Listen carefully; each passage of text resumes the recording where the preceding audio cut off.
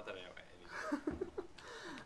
I know a little bit now. All right, we're here on the set Right. of The Vampire Diaries, hanging out on Caroline's porch with Paul Wesley. Yeah. How are you? I'm great. It's nice I'm to be great. back. Yeah, it's good to see you. Okay, so the end of the last episode, Isabel returned. Yes. That's what Is that where we are? That's where we're at. We That's haven't been airing for that long. I feel like we did that like 3.5 years ago. Okay. Yes. What can we expect without getting too spoilery? For Stefan, what's the impact of Elena's, because we do know that Isabel and John are not too pleased with Elena's involvement with Stefan. Right. I don't know. I'd say, yeah, I mean, he's always in danger, but I don't know. I feel like,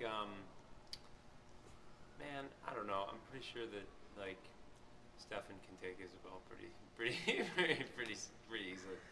I give Stefan more credit than that. No, but I don't know. I mean, I think that it's an interesting thing for Isabel to come back because for so long Elena's been in Mystic Falls and she's been the daughter of these two people that passed away in this car accident, and so it's kind of like when she comes back, she stirs the pot because Jenna is pretty oblivious, and as always, and people in the town just sort of it's a mystery that still is yet to be unveiled. So there's that risk factor, In the last episode, we saw Stefan and Damon sort of forced to work with Catherine, which was a little bit of a surprise. Are we going to see them? I mean, can we trust Catherine at this point, working with them? No, never, never. Don't ask rhetorical questions. Never. The minute you trust Catherine is is when she betrays you. I think that's sort of, as far as I'm concerned, that's the. I think that's the way they write the character, you know. And I think it's kind of like the minute you think she's in love with Stefan, she, says something to Damon to make him think that he's in love with her. And I think that's sort of her forte. That's her go-to, her game, her strategy. I'd like it if by the end of the finale of the series, we finally can get to the core of, what do you really feel now that it's over? And do you have feelings? Do you have feelings? Maybe she doesn't have feelings. Maybe she's literally apathetic at all times. No, but that's sort of an ambiguous thing that I think that is left for the audience to figure out. What's it like doing scenes as an actor when there's a scene with Elena and Catherine? And is it like cool to watch her do her thing both ways, or they is it get just a holographic image of why are you laughing? What do you mean? We have crazy technology here. They get a holographic image of Nina, and they get them too. But like seriously, is it like? Is it frustrating to have to do everything? I mean, I know you do everything a million times anyway, but you have to do it a million times. It's not. No, it's not actually because they don't. I mean, it's interesting because what they'll do is they'll take they'll shoot one version and they'll have the Nina double, and then they'll shoot the other version and they'll put the Nina double as Catherine. And so then they'll do a split. They'll literally split the screen and combine the two images, so that and they set the track. So it's set perfectly. So you're actually watching two separate takes, obviously, but they're playing simultaneously, split together on the screen. So what you're saying is Nina does not have a hidden evil twin. What I'm saying is that they take scissors, they cut it, and then they take some Scotch tape, and then they put it on your television. High-tech stuff happening. It's amazing. I watched them do. I did it last episode. I did the gluing. An expert. You're very multi-talented, Paul Wesley. Scotch tape. Used to Scotch tape for a living. So we know that Stefan has been sort of slowly drinking blood, and we saw that really cool flashback, which I know you had a really fun time shooting. Yeah. When he went all blood crazy. I enjoy it. Now that Klaus is imminent, and Stefan's going to have to be at his strongest. Klaus. Who? What? I'm allowed to say that. We know Klaus is on set. I don't know. But now that the threat is getting bigger as we move toward the end of the season, is Stefan going to have to drink blood again to become, big, powerful, scary Stefan again? Good question. Very good question. I should write this stuff. Damn, you're good. No, I think I don't know. I think that's always an option. He has been drinking blood. You know, we've kind of like inferred that he's drinking blood slowly every day to gain strength, so that we sort of set up the fact that if it were to come down to a physical altercation and Stefan does kick some ass, it's not completely out of left field, because he's been, you know, he's been in the gym. Drinking ass-kicking He's juice. He's been drinking right, ass-kicking juice. That's good. That's pretty I much. told you I should write this stuff. You're amazing.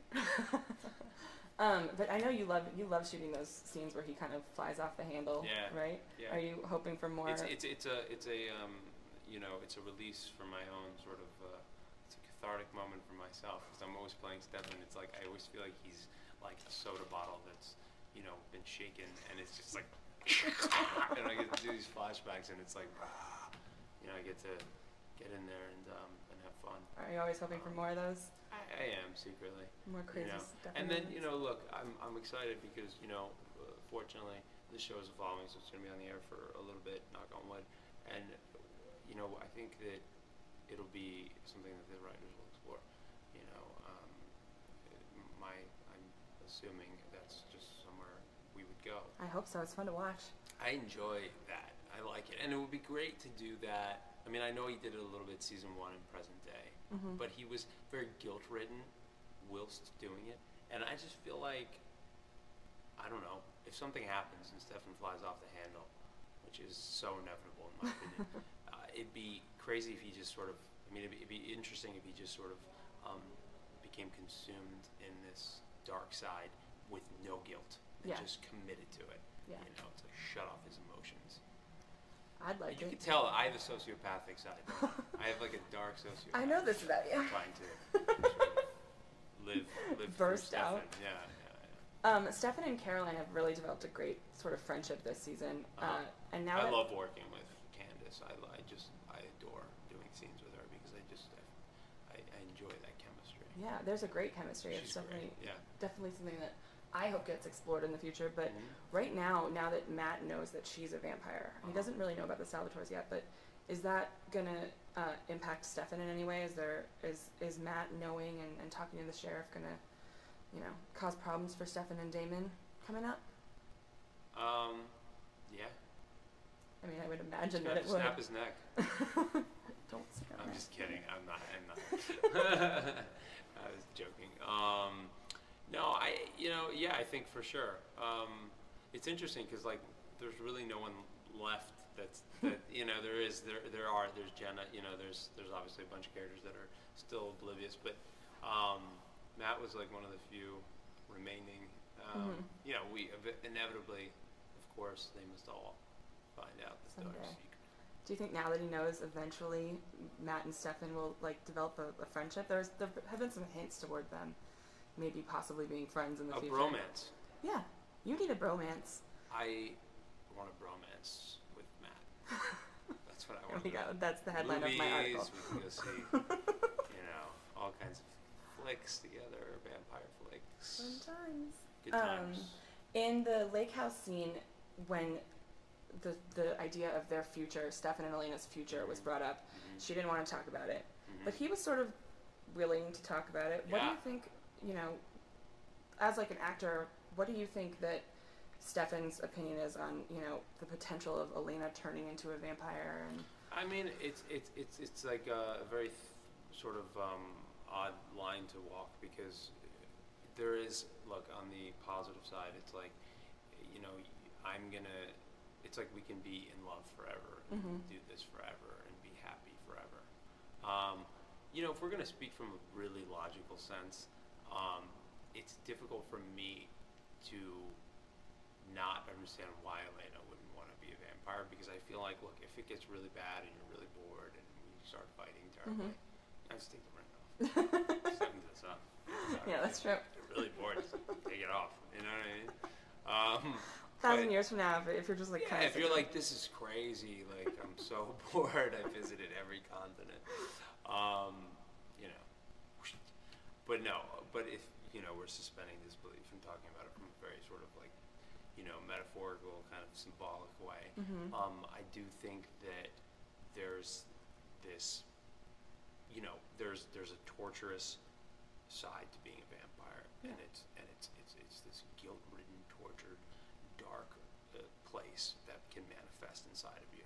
And I think that Stefan has seen the worst of it, the darkest parts, so he knows that Elena would have to endure that. Mm-hmm. And that would be selfish of him to want to impose that upon him. Right. At the same time, he can't not be like, listen, hey, I don't want you to get old and die. Can we just, you want to do this? But Don't get old and gross, please. yeah, I'll still love you, Maybe. I think. No, I'm just kidding. And of course, I have to ask you the really important question, which is, how's Twitter treating you? That is it's the most important question Mm-hmm. of all. Good. That's why I do my job. Good. I'm still a novice. I'm slowly just getting the hang of it. I think it's great. I really enjoy. I haven't done much on it. I got to be honest with you, but I enjoy the idea of making a fool out of myself publicly. I think I'm always a fan of that. What finally pushed you over the edge? I think it was just like. Too many people asking you, when are you going to get Twitter? That's what it was. I got too many letters in the mail and too many petitions, and so I finally said, fine. No, it was like, I just feel like I had to really think about it. I had to really think about what it was, and if I wanted it, and I sort of thought about it for 2 years. It's fun. And realized that the pros